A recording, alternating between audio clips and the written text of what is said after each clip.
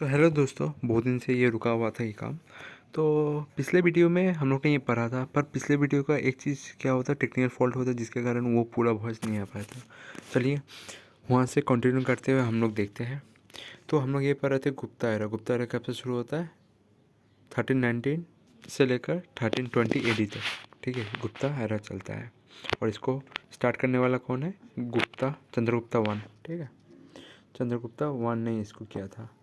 Next ऐसा 2-3 era है जिसके बारे में हम लोग को पता होना चाहिए। तो शाका एरा के बारे में पता होना चाहिए, जो 78 AD में BC में शुरू हुआ था, वो कुशाना के समय। और तीसरा है तुम्हारा विक्रम एरा। ठीक है, विक्रम एरा। और इसको नहीं तो नाम बोलता है विक्रम संवाद एरा। ठीक है, ये स्टार्ट किया गया है विक्रमादित्य द्वारा, पर कॉन्फर्म नहीं है कौन सा विक्रमादित्य है। वो विक्रमादित्य तुम्हारा बहुत सारा राजा ने अपना नाम विक्रमादित्य करवाया था। ठीक है, तो ऐसा एक आर्कोलॉजिस्ट ने बोला जिसका नाम है VA स्मिथ। उसने बोला कि चंद्रगुप्त तूने ये वाला एरा स्टार्ट किया है, पर ऐसा कोई कंफर्मेशन हम लोग को देखने को नहीं मिलता है। तो क्या आप लोग को ये पता है, जो मैं विक्रम संवाद बोल रहा था और विक्रम कैलेंडर बोल रहा था, विक्रम संवाद कैलेंडर, ये नेपाली लोग का ऑफिशियल कैलेंडर होता है। और ये कैलेंडर आप लोग का स्टार्ट होता है दिवाली के बाद से उन लोग के लिए। तो ये आप लोग को पता है या नहीं, मेरे को कमेंट सेक्शन में बताइएगा। तो चलिए आगे देखते हैं। इनमें से 2-3 पॉइंट याद रखना, मैं जो स्टार्टिंग में बोल दिया था। गुप्ता एरा 319 AD से शुरू हुआ। फिर शाका एरा 78 AD से शुरू हुआ। फिर आपका विक्रम संवाद एरा कब से शुरू हुआ? 57 BC से स्टार्ट हुआ। ये सब एरा का बारे में जानकारी, क्योंकि SSC यहाँ से बहुत बार क्वेश्चन पूछ चुका है। तो ये वाला पॉइंट याद रखना कि चंद्रगुप्त ने एक कॉइन इशू किया था जिसका नाम था दिनारास। उतना तो इम्पोर्टेंट नहीं है, पर जानकारी रखना जरूरी होता है।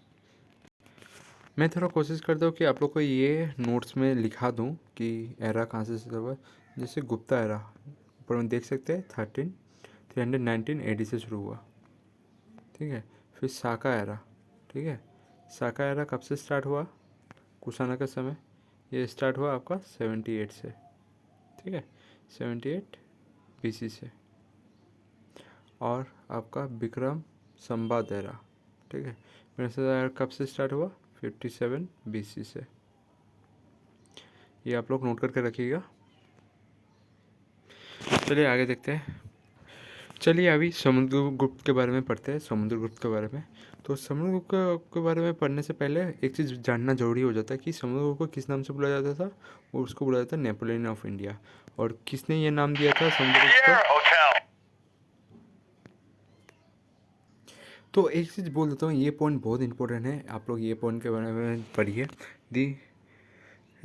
The most detail and authenticate record of the region is preserve in Prayag, वशिष्ठी and Allahabad pillar inscription composed by his court poet Harisena. तो एक चीज़ मैं बोल देता हूँ, ठीक है। तो प्रयाग वशिष्ठी का मतलब क्या है? The great conqueror. ठीक है, और हम लोग को अगर गुप्ता डायनेस्टी के बारे में जानना है या समुद्रगुप्त के बारे में जानना है, तो हम लोग को इलाहाबाद पिलर या प्रयाग वशिष्ठी इंस्क्रिप्शन में हम लोग को देखना पड़ता है। और इसको लिखने वाला कौन था? वो था समुद्रगुप्त का कोर्ट पोएट जिसका नाम था हरिसेना। तो ये बहुत बार क्वेश्चन पूछा जाएगा कि ऐसा क्वेश्चन पूछा जाएगा, मैं बता दो क्वेश्चन किस तरह पूछा जाएगा। Who is the court poet of the Samudragupta? तो आप लोग को ऑप्शन दे दिया जाएगा, आपको वहाँ से टिक मार्क मारना है। तो होता है हरिसेना। नहीं तो ऐसा पूछ दिया जाएगा, हु राइट इलाहाबाद इंस्क्रिप्शन? और नहीं तो ऐसा पूछ लिया जाएगा, Allahabad inscription is related to which king? तो आप लोग क्या लिखेगा? समुद्रगुप्त। तो आप लोग को क्वेश्चन किस तरह का आ सकता है, आप लोग को पढ़ते ही मालूम चल जाएगा। आप कोशिश करिए इसको बोलने का मेरे साथ साथ, तो आप लोग को ऐसे मालूम चलेगा कि किस तरीके से और किस तरीके से जानना है और किस तरीके से घुमा के पूछा जा सकता है। चलिए आगे बढ़ते हैं। तो आप लोग यहाँ पर देख सकते हैं कि प्रयाग वशिष्ठी के मतलब क्या है? The great conqueror. He was the great conqueror, यही मतलब है। ठीक है। तो नेक्स्ट एक चीज़ बोल देता हूँ, जो समुद्रगुप्त है उसको गाना बजाना या बीना बजाना उसको बहुत अच्छा लगता था, तो उसको इसलिए उसको एक नाम दिया गया था, जो निकनेम था वो निकनेम क्या था, कविराज। इसका मतलब क्या है, किंग ऑफ द पोएट। और किंग ऑफ द पोएट हम लोग को कहाँ देखने को मिलता है, कौन सा इंस्क्रिप्शन में ये लिखा हुआ है उसके बारे में, जो उसको किंग ऑफ द पोएट घोषित किया गया है, तो वो प्रयाग प्रशस्ति वाला इंस्क्रिप्शन में घोषित किया गया है। तो वहाँ पर हम लोग को मिलता है समुद्रगुप्त के बारे में, जो समुद्रगुप्त का नाम और एक नाम से बुलाया जाता था जिसका नाम था कविराज। कविराज ये आप लोग को बहुत इंपॉर्टेंट है, बहुत बड़ा एग्जाम में पूछा गया है, ठीक है। तो एक पॉइंट है, आप ये पॉइंट अगर देख सकते हो, तो according to the Chinese writer Hyung Song, ठीक है, ह्यूंग सॉन्ग ने बोला है कि श्रीलंका का एक किंग था जिसका नाम था मेघबर्ना, ठीक है। उसने क्या किया था, समुद्रगुप्त के कोर्ट में एक उसका एम्बेसडर भेजा था, जो परमिशन मांगने गया था कि समुद्रगुप्त से कि हमें एम्बेसी खोलने के लिए एक जगह दे बुद्धगया में। तो ये क्वेश्चन बहुत बार पूछा गया है पीसीएस और एसएससी में, कि कौन सा राजा था जिसने समुद्रगुप्त से परमिशन मांगने के लिए आया था, और परमिशन किसने मांगने आया था, बुद्धगया में अपना एम्बेसी एक खोलने के लिए। तो कौन सा किंग था, वो श्रीलंका का किंग था मेघबर्ना। तो पता होना चाहिए, या ऐसे पूछ लेगा, who was the contemporary of Samudragupta, तो आपका सेल वाइज ऑप्शन दे देगा, उसमें मेघबर्ना हो जाएगा। उसमें श्रीलंका का किंग भी नहीं दिया सकता, ताकि आपका हिंट देने के लिए उसमें वो नहीं दिया जाएगा, डायरेक्ट कॉन्टेम्पररी पूछा जाएगा। तो आपको याद रखना मेघबर्ना था श्रीलंका का किंग।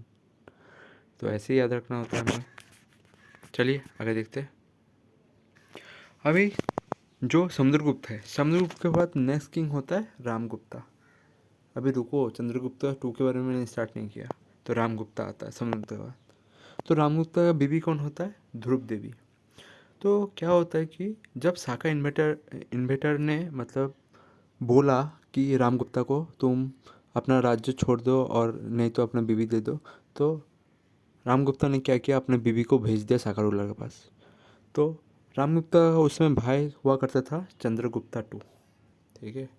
तो चंद्रगुप्ता 2 ने क्या किया, साका इन्वेटर को भी मारा और अपने भाई को बीवी को भी वापस लाया, और बीवी को वापस लाकर अपने भाई को भी मारकर खुद को राजा घोषित कर उसके बीवी से शादी कर लिया, मतलब ध्रुव देवी से शादी कर लिया। तो तभी से चंद्रगुप्त का नाम दिया गया विक्रम आदित्य, किसी से भी डरता नहीं था वो, ठीक है। तो यहाँ से शुरू होता है चंद्रगुप्ता 2 के बारे में। क्या आपको पता है कि फर्स्ट गुप्ता रूलर कौन था जिसने सिल्वर कॉइन इंट्रोड्यूस किया था इंडिया में, वो था चंद्रगुप्ता 2। तो इससे रिलेट करके क्या आपको पता है पहला गोल्ड कॉइन इंडिया में किसने इंट्रोड्यूस किया था, आप सोचिए, सोच के बताइए मेरे को। तो आप जैसे कि ये फ़ोटो देख सकते हैं, ये था एंटोजियस 2, इन्होंने ही फर्स्ट इंडिया में गोल्ड कॉइन इंट्रोड्यूस किया था, ठीक है। तो एग्ज़ाम में ऐसे पूछा जाएगा, first gold coin of India is introduce by which king, तो इंट्रोड्यूस 2 लिखना पड़ेगा, या नहीं तो लिखा हुआ इंडो ग्रीक रूलर, तो आपको इंडो ग्रीक रूलर में टिक मार के आना है।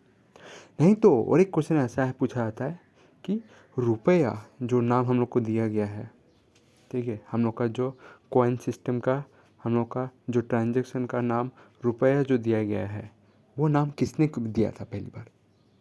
हाँ जी, आपने सही सोचा कि वो शेरशाह सूरी ही नाम था। शेरशाह सूरी जो सूर साम्राज्य से आता था, उन्होंने ही रुपया जिसका एक ग्राम फिक्स कर दिया था, उसका ग्राम अगर मैं बोलूँ वो था 178 ग्राम, ठीक है। तो उसने ये फिक्स करके और ये सिल्वर में इंट्रोड्यूस किया था उन्होंने, यही था। क्या आपको ये पता था, मेरे को ज़रूर बताइएगा कमेंट सेक्शन में। क्या आप सब ये कॉइन का फ़ोटो देख सक रहे हैं, तो ये कॉइन में कौन है, ये कॉइन में है आपका समुद्रगुप्त। इसमें से एक पॉइंट इम्पोर्टेंट होता है कि समुद्रगुप्ता के बारे में ये एक कॉइन पूछा था, जो ये आपका लूसेंट वाला हिंदी बुक इंग्लिश बुक में नहीं लिखा हुआ है, ठीक है। तो इसमें एक पॉइंट होता है कि क्वेश्चन पूछा जाता है Which Gupta king deficit with musical instrument, और वो म्यूजिकल इंस्ट्रूमेंट का नाम पूछ लिया जाएगा और पूछा जाएगा which Gupta king depicted with playing musical instrument in the coin, और कॉइन में पूछ लिया जाएगा कौन सा इंस्ट्रूमेंट है। ठीक है, तो आप लोग को जवाब देना है बीना, वो फ्लूट नहीं है। ठीक है, फ्लूट अलग होता है, बीना अलग होता है, कभी कन्फ्यूजन मत करना। फ्लूट अलग होता है, बीना अलग होता है। अगर मैं आप लोग को दिखाना चाहूँ तो ये वाला बीना होता है, जो ये फोटो में दिख रहा है आपको। तो ये आप लोग को क्लियर होना चाहिए, क्योंकि ये भी बहुत इंपॉर्टेंट क्वेश्चन है, बहुत बार पूछा गया है कि कौन सा किंग था जो बिना लिए हुए अपना कॉइन में फ़ोटो दिखाता है। तो वो था समुद्रगुप्त। ठीक है, समुद्रगुप्त, और वो पहला गुप्ता का ऐसा किंग था जिसने गुप्ता डायनेस्टी में कॉइन इंट्रोड्यूस किया। और सिल्वर पहले इंट्रोड्यूस करने वाला कौन था? चंद्रगुप्ता टू। ठीक है, चलिए आगे बढ़ते हैं, आगे देखते हैं।